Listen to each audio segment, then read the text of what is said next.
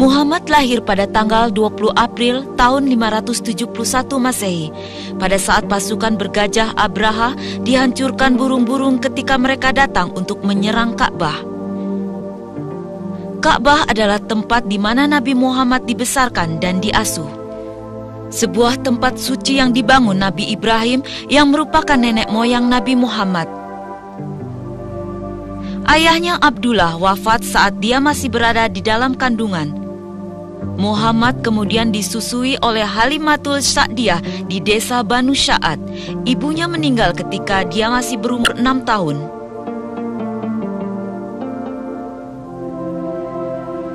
Rasulullah bekerja sebagai penggembala kambing dan menjalankan usaha bersama seorang janda, Khadijah binti Khuwailid. Kota Mekah tempat Rasulullah menghabiskan masa remajanya.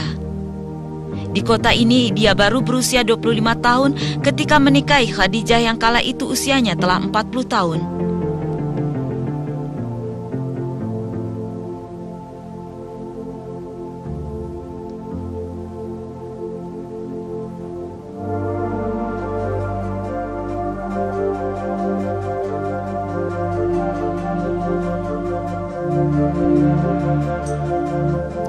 Jalur ini telah dilalui Muhammad dalam perjalanannya ke Gua Hira di puncak Bukit Nur, Bukit Cahaya.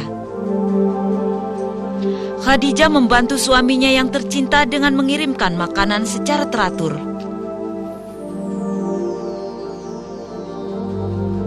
Disinilah Rasulullah menetap seperti yang dilakukan pendahulunya Nabi Ibrahim. Rasulullah marah pada kerusakan akhlak yang menimpa umatnya, yaitu mereka yang masih tetap menyembah berhala.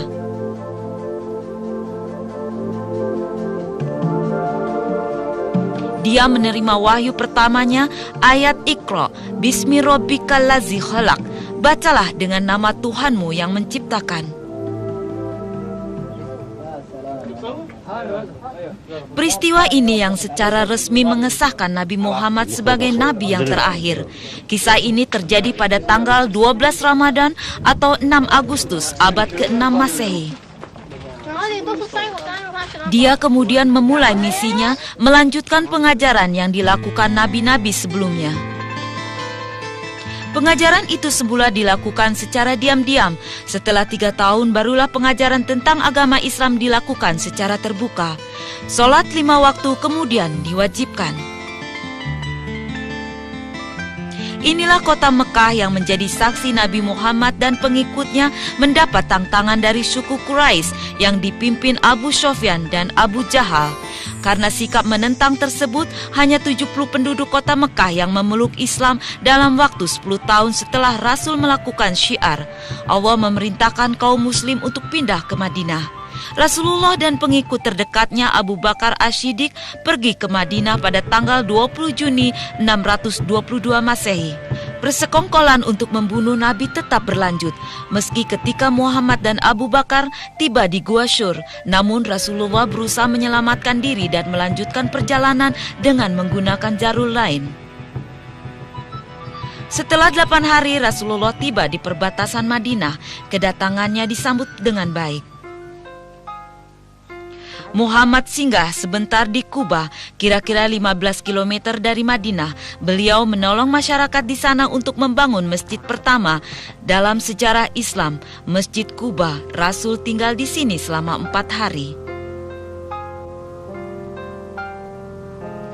Tujuan selanjutnya adalah Masjid Al-Jumu'ah. Inilah masjid di mana Rasul dan para pengikutnya melaksanakan sholat Jumat yang pertama. Setelah wahyu mengenai hal itu diturunkan kepadanya di sini. Masjid ini berlokasi di halaman rumah Banu Salim bin Auf. Masjid Nabawi sekarang menjadi simbol Madinah. Kota inilah yang menjadi tujuan akhir Rasulullah.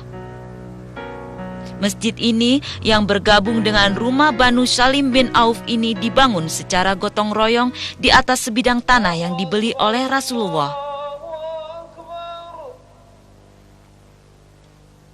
Di masjid inilah panggilan untuk sholat azan diperkenalkan. Bilal bin Rabah diberi kehormatan untuk menjadi orang pertama yang mengumandangkan azan. Di tempat inilah Rasul menjadi imam sholat 5 waktu dan memberikan ajaran-ajaran Islam kepada kaum muslim. Rasulullah juga mempersatukan orang-orang yang datang dari Mekah, kaum muhajirin dan penduduk setempat kaum Ansyar. Dengan demikian Islam terbentuk dengan Rasulullah sebagai pemimpinnya. Setiap gerakan dan aktivitas Rasulullah dicatat dan diingat oleh para sahabatnya. Dari sinilah wahyu-wahyu dan perkataan Nabi disusun ke dalam Al-Quran dan Al-Hadis. Harta benda yang ditinggalkan Nabi untuk membimbing mereka dalam kehidupan sehari-hari.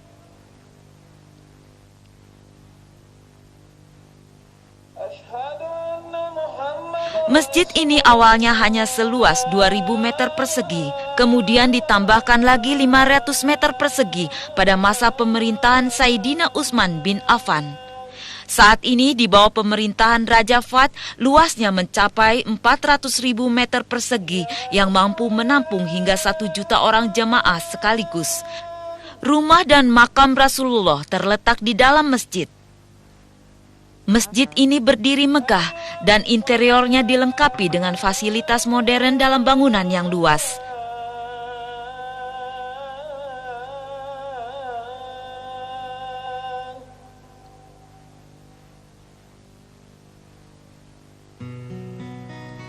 Di Madinah, Rasul menandatangani sejumlah perjanjian dengan Yahudi di bawah perjanjian Madinah. Inilah Masjid Qiblatain. Rasulullah menerima wahyu untuk merubah kembali arah kiblat orang muslim dari Yerusalem ke Ka'bah. Wahyu ini diturunkan setelah kaum muslim bersolat menghadap Yerusalem selama 16 tahun. Rasulullah menerima wahyu ketika menjalankan solat zuhur. 2 rakaat pertama, dia dan jamaahnya menghadap Yerusalem, dan 2 rakaat terakhir mereka bersolat menghadap Baitul Haram. Sejak saat itu, masjid ini dinamakan Masjid Qiblatain, yang berarti masjid dengan 2 kiblat. Masjid ini terletak di desa Bani Sulaiman. Peristiwa ini terjadi pada hari Senin, tanggal 15 Sa'ban tahun 2 Hijriah. Peristiwa ini kemudian diikuti sebuah wahyu yang mengizinkan orang muslim untuk pergi perang dan berpuasa di bulan Ramadan. Perpindahan dari Mekah ke Madinah telah memperkuat Islam secara mengagumkan.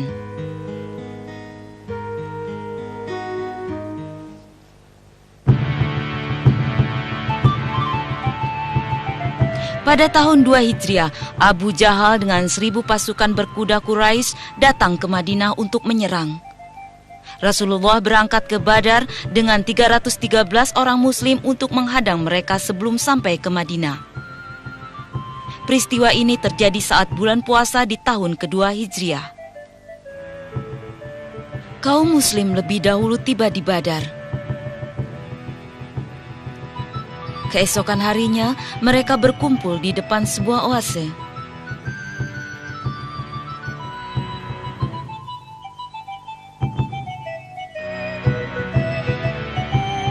Tentara Quraisy datang ke medan pertempuran. Bagian pertama adalah tantangan untuk menang dengan 3 pemenang di setiap pihak. Namun 3 orang dari pihak Quraisy tewas. Perang pun diumumkan. 70 tentara Quraisy tewas termasuk Abu Jahal dan 70 orang lainnya ditawan. Di pihak muslim 14 tewas. Kaum muslim merasakan kemenangannya yang pertama. Dendam tidak surut pada suku Quraisy setelah mereka dikalahkan di Badar, dan perang Uhud pun diumumkan. Mereka berencana untuk menyerang Madinah lagi untuk merebut kembali pamor mereka. Saat ini Allah menguji muslim dengan kekalahan karena mereka tidak berada di bawah komando Nabi Muhammad. Muhammad memimpin muslim di Bukit Uhud. Dalam perjalanan, Abdullah Ubay, seorang pengkhianat yang munafik, berbalik arah dengan 300 orang pengikutnya. Inilah ujian pertama yang dihadapi pihak muslim. Muslim masuk dalam tanah pertempuran dan menempatkan diri di sisi Bukit Uhud. Abdullah Jubair memimpin pasukan berpanah ke puncak bukit.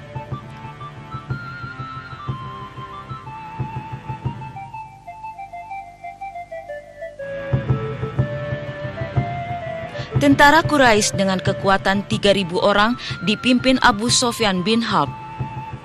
Peristiwa ini terjadi pada pertengahan bulan Syawal tahun 3 Hijriah. Seorang kaum muslim membuat tentara Quraisy kocar-kacir. Melihat hal ini, para pemanah tersebut terkecuali Abdullah Jubair turun dari bukit untuk merayakan kemenangan mereka walaupun perintah belum diberikan. Merasakan hal ini, Khalid bin Walid, pimpinan tentara Quraisy, memerintahkan pasukannya untuk menyerang. Rasulullah dan orang muslim harus mendaki bukit untuk bertahan terhadap serangan. Akibat kecerobohan para pemanah itu, Rasulullah mengalami cedera. Ketika Abu Sofyan mendaki bukit, Umar bin Khattab dan orang muslim yang tersisa dihimpun untuk menghalangi mereka bergabung dengan Rasulullah. Inilah makam pasukan muslim, 70 tewas bersama di Uhud. Di antara mereka adalah Hamzah Abdul Muthalib, paman Rasul, dan juga Mus'ab bin Umair, pengibar bendera Islam. Perang Uhud mengajarkan muslim bahwa kepatuhan terhadap perintah atasan adalah sangat penting. Bagi pihak Quraisy, kemenangan tidak membawa banyak kepuasan karena mereka tidak dapat mengambil alih Madinah.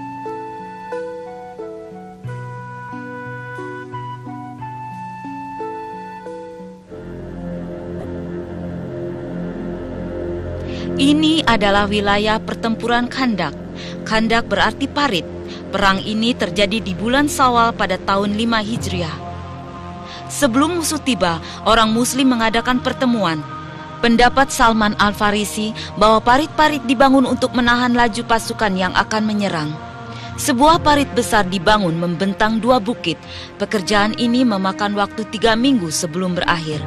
Tentara Quraisy berkekuatan 10.000 orang dan Yahudi Ghafan menyerang dari segala penjuru. Serangan-serangan tersebut dihapuskan oleh tentara muslim dengan kekuatan 3.000 orang. 1 bulan pengepungan di luar Madinah itu sia-sia.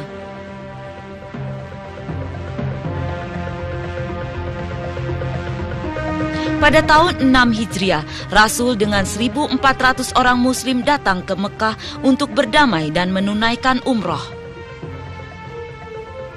Perjanjian tertulis ditandatangani di Hudaibiyah antara Muslim dan Quraisy. Atas dasar perjanjian Hudaibiyah, era baru muncul atas kota Madinah. Perjanjian tersebut secara resmi memperkenalkan kemakmuran Madinah sebagai bagian Islam. Di Masjid Nabawi, Rasulullah mengambil kesempatan untuk membuka hubungan baru dengan mengirimkan surat resmi kepada kepala gubernur di luar Madinah. Orang muslim di Madinah tidak lagi takut pada serangan-serangan. Perjanjian Hudaibiyah menjanjikan perdamaian dan gencatan senjata yang mengikat selama 10 tahun. Maka terjadilah suatu peningkatan penting. Orang yang memeluk agama Islam bertambah. Di antaranya adalah Khalid bin Walid, salah seorang pemimpin Quraisy dalam perang Uhud. Juga dibiarkan untuk menunaikan umroh pada tahun berikutnya di tahun 7 Hijriah.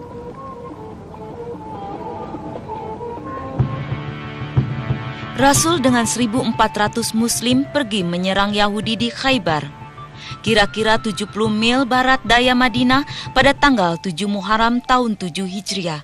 Mereka mencapai kemenangan dan Abdullah Rawaha terpilih administratur di sana.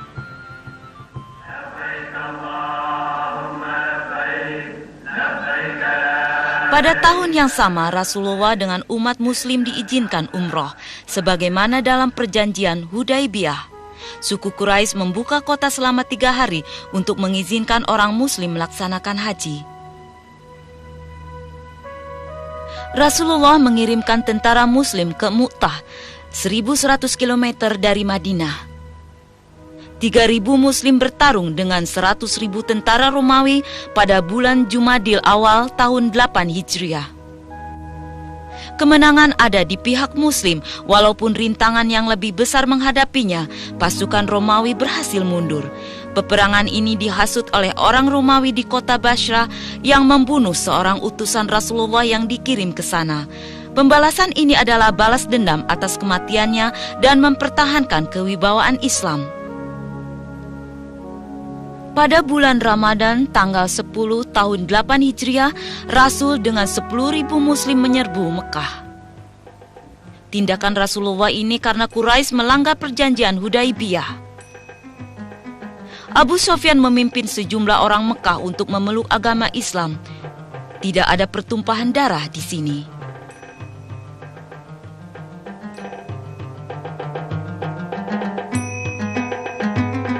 Rasulullah kembali ke Masjid Nabawi dan menyiapkan kekuatan Islam yang bersatu. Di antaranya dia melarang praktek riba, praktek menanam bunga pada transaksi keuangan di antara orang Muslim. Pada permulaan bulan Muharram tahun 9 Hijriah, peraturan tentang zakat atau sedekah dilakukan oleh Rasulullah untuk menguntungkan pihak Muslim. Pada tahun yang sama, masyarakat Madinah melepas keberangkatan Rasul dan sejumlah tentara Muslim ke Tabuk, 700 km dari Madinah untuk berperang dengan tentara Romawi. 30 pasukan Muslim di bawah pimpinan Rasulullah memukul mundur pasukan Romawi. Rasulullah kembali ke Madinah dan mulai menerima para duta besar dari negara-negara lain. Arafah, tempat Rasul memberikan khutbahnya yang terakhir bagi umat saat dia menunaikan haji perpisahan. Khutbah itu dibawakan oleh Rasulullah tanggal 9 Zulhijjah tahun 10 Hijriah. Tidak ada yang mengira bahwa 3 bulan setelah peristiwa ini Rasulullah kembali kepada Allah Sang Pencipta. Ini adalah makam Rasulullah. Pada senja hari tanggal 12 Rabiul Awal tahun 11 Hijriah, Rasulullah wafat pada usia 63 tahun. Senja yang redup membayangi hilangnya pembawa pesan Allah. Suatu senja yang mencerminkan duka mendalam kaum Muslim. Cahaya Rasulullah membawa suatu pencerahan yang menyinari wilayah sekitar, baik pada semasa beliau hidup atau setelah wafat. Suatu cahaya yang mampu mengalahkan 2 kekuatan besar, Romawi dan Persia.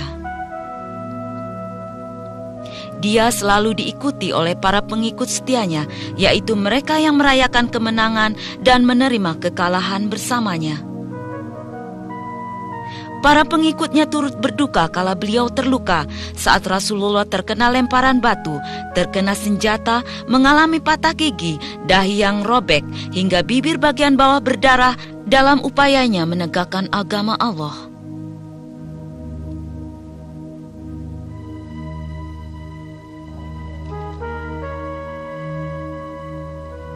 Saat ini Masjidil Haram adalah buah usaha Rasulullah dalam peranannya sebagai Nabiullah. Kaum Muslim berbagai bangsa dari seluruh dunia memenuhi kota ini setiap tahun untuk menunaikan ibadah haji. Lebih dari 850 juta Muslim tersebar di seluruh dunia. Dengan demikian, Islam merupakan agama dengan jumlah penganut terbanyak di dunia.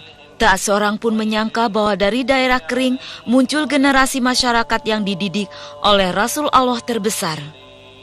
Para penganutnya meningkatkan keimanan di 4 penjuru dunia. Mereka mampu membangun sebuah peradaban besar yang kekuatannya meningkat lebih dari 1/3 dunia selama lebih dari 10 abad dengan hanya satu ajaran, percaya pada satu Tuhan.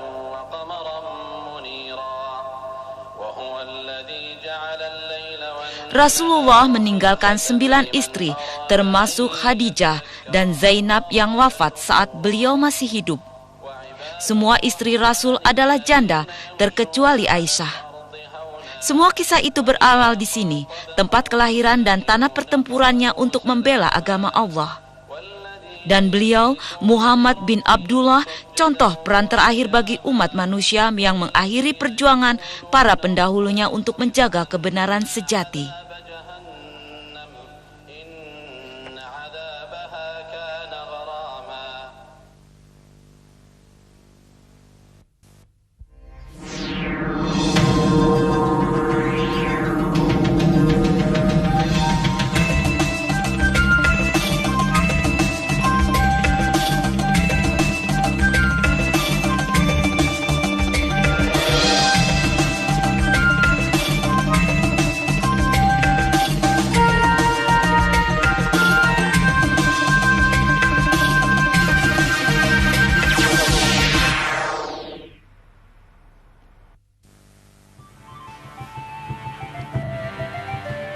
Istanbul adalah kota yang sangat bersejarah.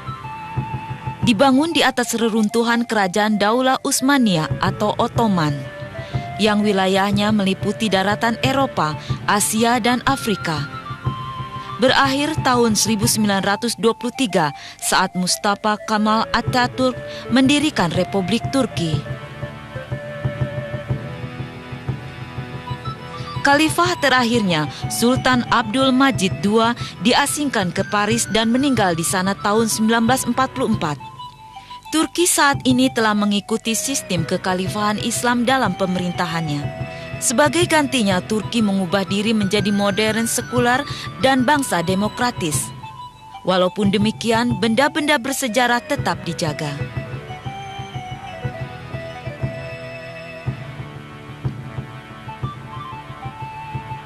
Lambaian bendera di Istana Topkapi seakan mengundang wisatawan untuk berkunjung dan menengok sejarah Islam. Menurut catatan sejarah, Istana Topkapi dibangun dengan panggung-panggung dimulai sejak Sultan Muhammad Fatah berkuasa sejak sekitar 1478. Istana ini telah menjadi tempat kediaman sultan-sultan dinasti Umayyah selama antara abad 15 sampai abad 19. Sebanyak 4.000 orang tinggal di dalam istana selama masa keemasan Kerajaan Daulah Utsmaniyah. Ini juga merupakan simbol kebesaran kerajaan yang kekuatannya mencapai 3/4 dunia. Sayangnya pada akhir abad ini, semua yang tertinggal hanyalah sejarah.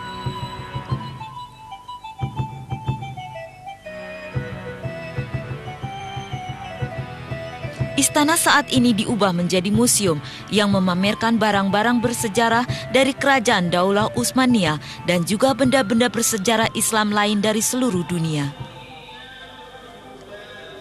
Saat ini, Topkapi adalah salah satu dari museum-museum terbesar di dunia dengan koleksi benda-benda bersejarah terbanyak. Di antara koleksi itu terdapat barang-barang pribadi Rasulullah. Dalam koleksi tersebut juga disimpan 2 koleksi pedang Rasulullah. Menurut catatan sejarah, Rasulullah mempunyai 9 pedang. Salah satunya yang dinamai Zulfikar telah diberikan kepada Sayyidina Ali. Dia juga mewarisi pedang dari ayahnya, Abdullah bin Abdul Muthalib.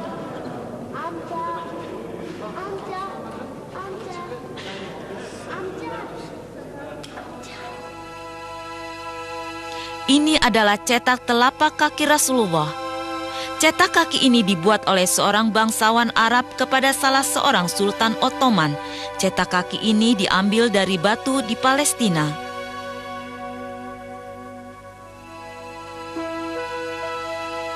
Dan cetak kaki ini dicetak ketika beliau menginjak batu untuk menaiki buraq pada malam Isra Mi'raj.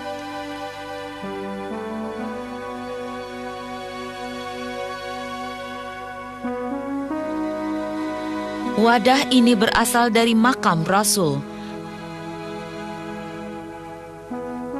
Museum Topkapi juga menyimpan 7 surat Rasulullah. 14 abad yang lalu, surat ini sampai ke tangan Muqawqis, penguasa Kipti dari Mesir.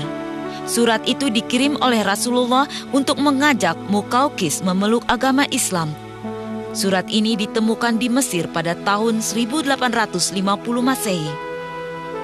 Surat itu berukuran panjang 15 cm dan lebar 16 cm, terdiri dari 12 baris yang ditulis di atas kulit binatang dan memperlihatkan tanda Rasul.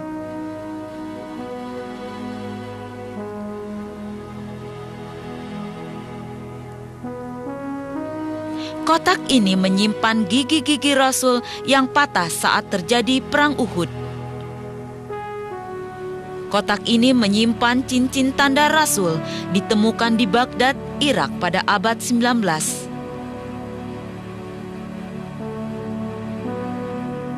Salah satu jubah Rasulullah juga tersimpan di dalam wadah ini.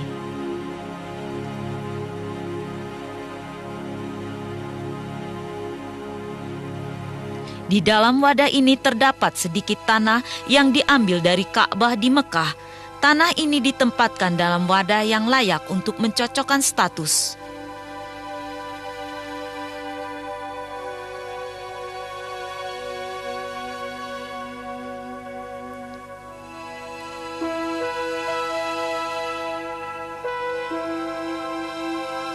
Dalam dua wadah ini tersimpan 2 helai rambut Rasulullah. Jumlahnya seluruhnya ada 60 helai yang tersimpan dalam museum. 24 helai dari total seluruhnya tersimpan dalam kotak yang berlapisi emas dan perhiasan.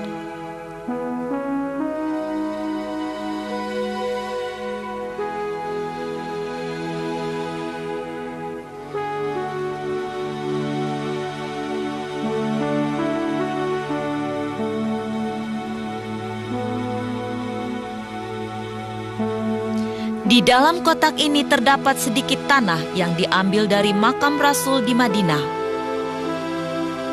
Wadah ini terbuat dari emas murni seberat 14 kg, dibuat untuk melindungi Hajarul Aswad, batu hitam di Ka'bah.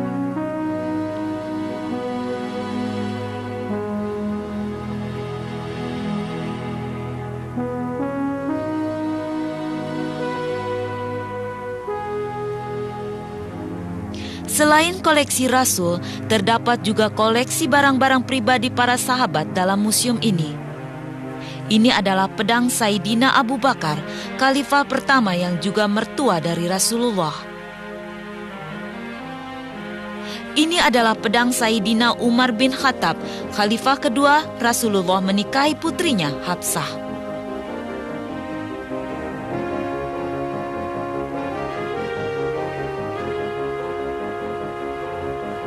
Yang ini pedang Sayyidina Utsman bin Affan, khalifah ketiga, dia adalah menantu Rasul.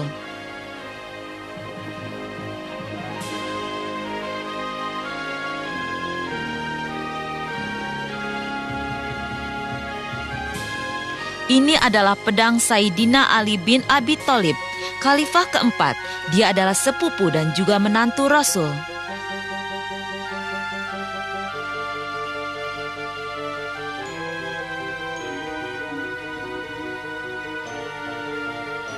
Pedang-pedang sahabat yang lain seperti pedang Abu Hasanah, ahli kitab Rasul juga tersimpan dalam museum ini.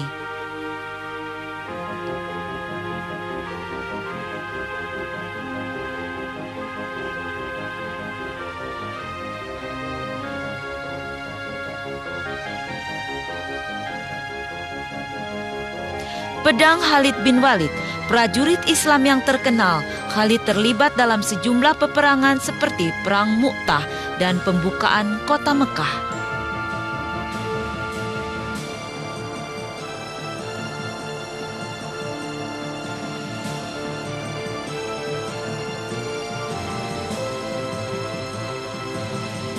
Pedang Ammar bin Yasir, juga sahabat Rasulullah.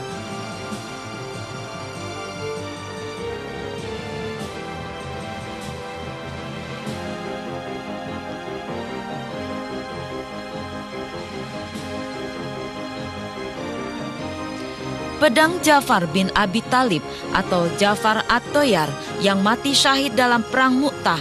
Dia adalah sepupu Rasul dan juga kakak dari Ali bin Abi Thalib.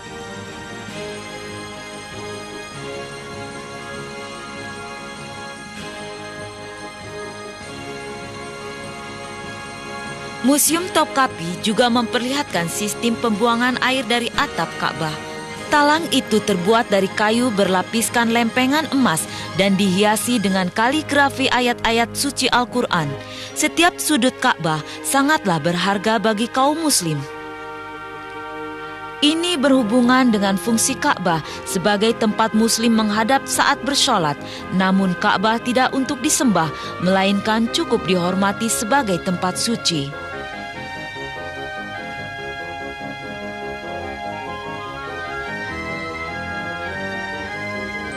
Ka'bah memiliki banyak kunci. Kunci-kunci itu selalu diubah dari waktu ke waktu. Sejak dahulu keturunan Syaibi diberi kehormatan untuk memegang kunci Ka'bah. Di musim ini juga diperlihatkan gembok-gembok Ka'bah, semua menunjukkan keunikan seni Islam. Ini adalah papan yang diambil dari pintu Ka'bah. Peninggalan yang tersimpan di sini adalah benda bersejarah yang berharga bagi Muslim.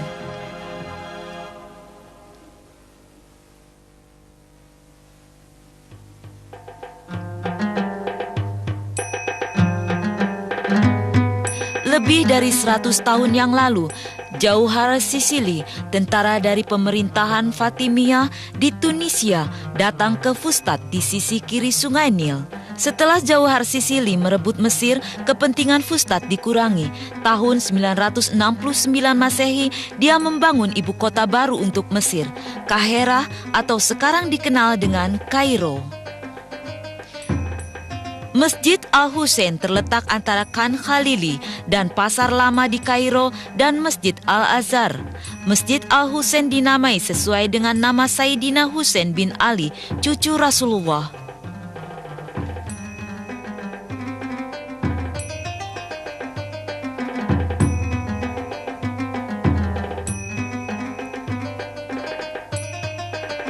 Masjid Al-Husain juga memiliki sejarah yang beragam. Pada tanggal 10 Muharram 61 Hijriah terjadi peperangan antara Husain bin Ali dan Yazid bin Muawiyah di Karbala, Irak. Sayyidina Husain tewas dalam peperangan.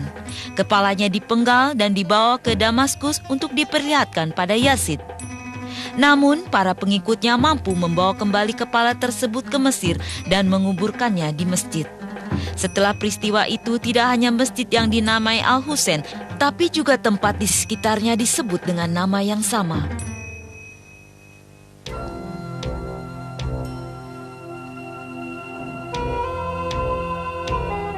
Keistimewaan lain masjid ini adalah tersedianya ruangan untuk menyimpan barang-barang Rasulullah. Koleksi ini dibawa oleh serdadu Muslim selama Perang Suci. Dilihat dari sudut sejarah, koleksi ini membuat masjid tampak unik.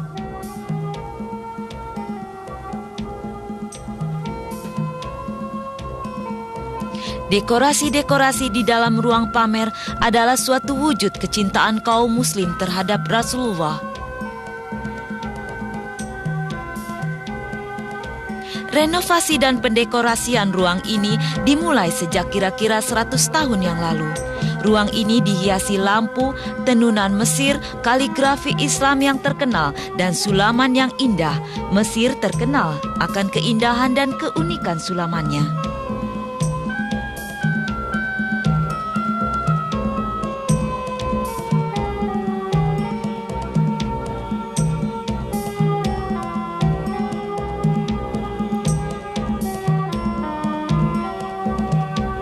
Mesir telah memasok kiswah atau tutup Ka'bah selama berabad-abad sebelum rumah untuk pembuatan kiswah dibuka di Mekah.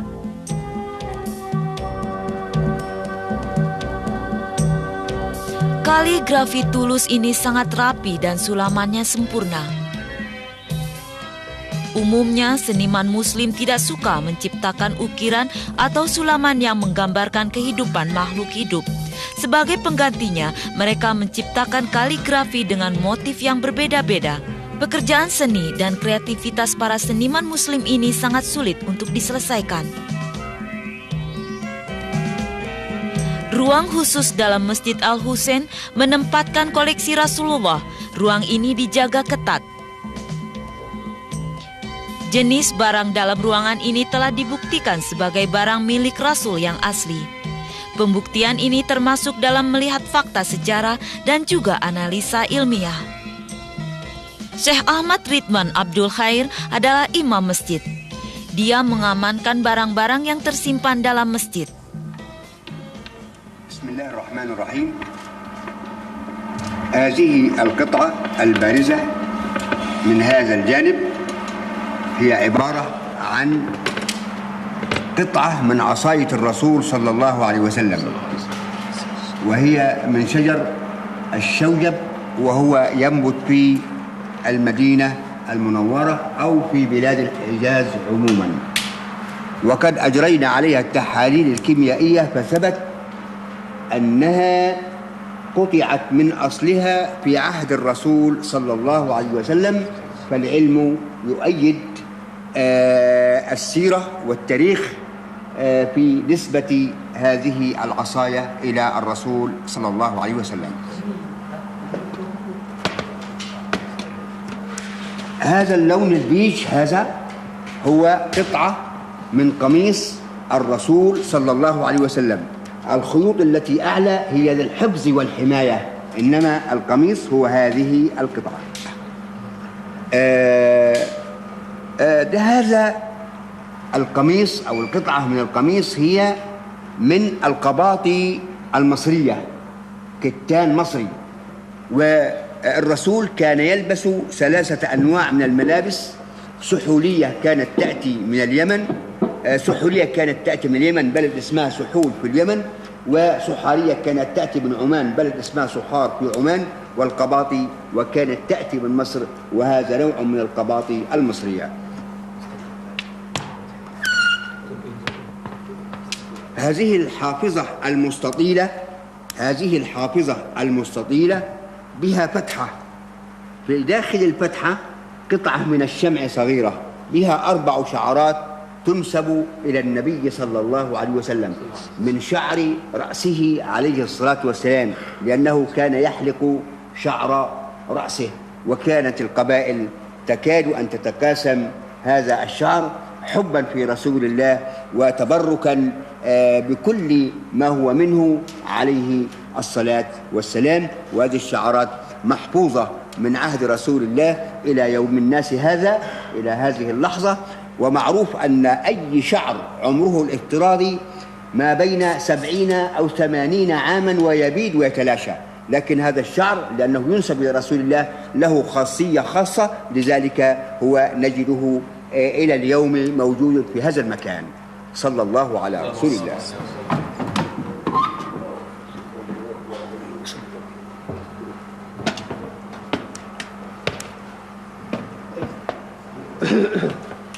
الذي أمامنا الآن مكحلة ومرود. مكحلة زي الملعقة يأخذ بها الكحل، المرود يوضع ثم يوضع في العين، فمكحلة ومرود. الرسول كان يكتحل بكحل اسمه الإسمد يباع في المدينة المنورة. كان يكتحل لا لرمد، لأنه ما أصيب بالرمد في عينيه مدى حياته، وإنما كان يكتحل لبيان الجواز وإنه للرجل أن يكتحل ولا شيء في ذلك، صلى الله عليه وسلم. هذا السيف هو سيف النبي صلى الله عليه وسلم، أهدي إليه من سعد بن عبادة زعيم الأنصار، ووجدنا مكتوب على السيف بخط دقيق جدا وبحروف كوفية: محمد رسول الله من سعد ابن عبادة. فالعلم يؤيد السيرة النبوية ويؤيد التاريخ على أنه هو سيف رسول الله صلى الله عليه وسلم.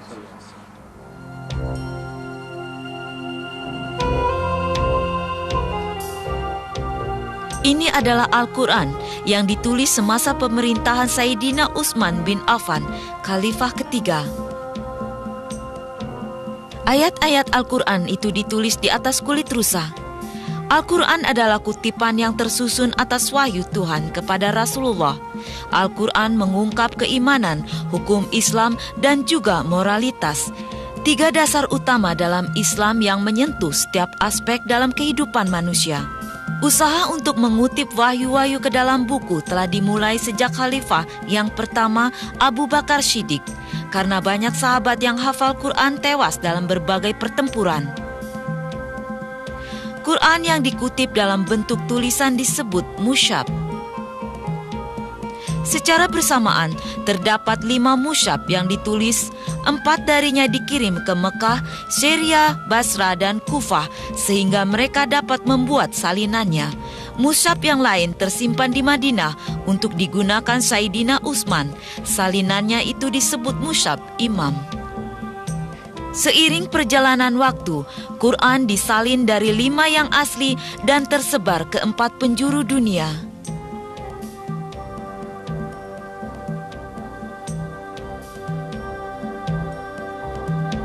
Tidak seperti kitab suci yang diturunkan kepada nabi-nabi sebelumnya, Al-Quran dijamin tidak berubah sampai hari kiamat.